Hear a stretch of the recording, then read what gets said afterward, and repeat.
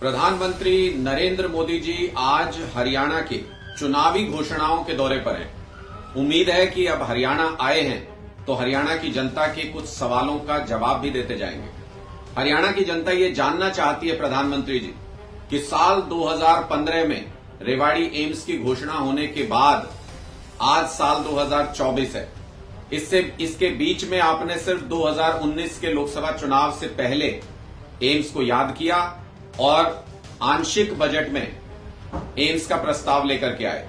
अब 2024 के लोकसभा चुनाव आ गए हैं, अब फिर आपको रेवाड़ी का एम्स याद आ गया है। पहला नींव का पत्थर रखने के लिए बताया जा रहा है कि आज आप वहां पर पहुंच रहे हैं। मैं ये जानना चाहता हूं कि 2015 में घोषणा हुई, 2019 के चुनाव से पहले बजट में लेकर के आए, 2024 के चुनाव से पहले नींव का पत्थर रख रहे हैं। तो अगर इसी टाइमलाइन को फॉलो करें तो 2029 के चुनाव से पहले शायद आप इसकी एक दीवार खड़ी कर देंगे, 2040 तक इसकी बिल्डिंग बन के तैयार हो जाएगी और शायद 2050 तक इंतजार करना पड़ेगा हरियाणा के लोगों को कि वहां पर स्टाफ हो, मशीनें हो, एम्स अस्पताल रेवाड़ी का पूरी तरह से काम करना शुरू कर दे। तो लोग ये जानना चाहते हैं मोदी जी कि चुनाव से पहले आप चुनावी जुमलों के रूप में हरियाणा में घोषणाएं करने के लिए क्यों पहुंचते हैं और चुनाव के बाद हरियाणा के लोगों की मांग को क्यों भूल जाते हैं। रेवाड़ी के लोगों को वन रैंक वन पेंशन की आपकी घोषणा भी याद है। आपने वन रैंक वन पेंशन की घोषणा तो की, लेकिन 10 साल तक राज करने के बाद भी आज तक फौजी भाइयों को वन रैंक वन पेंशन नहीं मिल पाई। 97% फौजी भाई आज भी वन रैंक वन पेंशन मांग रहे हैं। सिर्फ 3% लोगों को आपने वन रैंक मल्टीपल पेंशन देने का काम किया।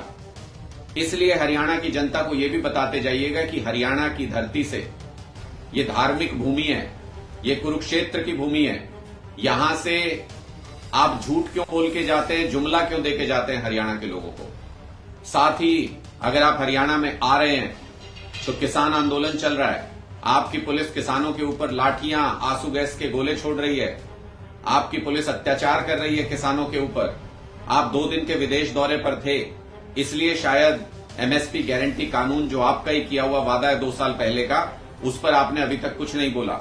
लेकिन कृषि की भूमि हरियाणा पर जब आप आ रहे हैं, किसानों की धरती हरियाणा पर जब आप आ रहे हैं, तो आज हरियाणा के किसान आपसे ये उम्मीद करते हैं कि एमएसपी गारंटी कानून के बारे में भी आप मंच से कुछ बोल करके जाएंगे और अपना 2 साल पुराना वादा आपने पूरा क्यों नहीं किया एमएसपी गारंटी कानून का। स्वामीनाथन जी को आपने भारत रत्न दिया, वो स्वामीनाथन रिपोर्ट आपकी वेबसाइट से क्यों हट गई, उस रिपोर्ट को अभी तक लागू क्यों नहीं किया गया।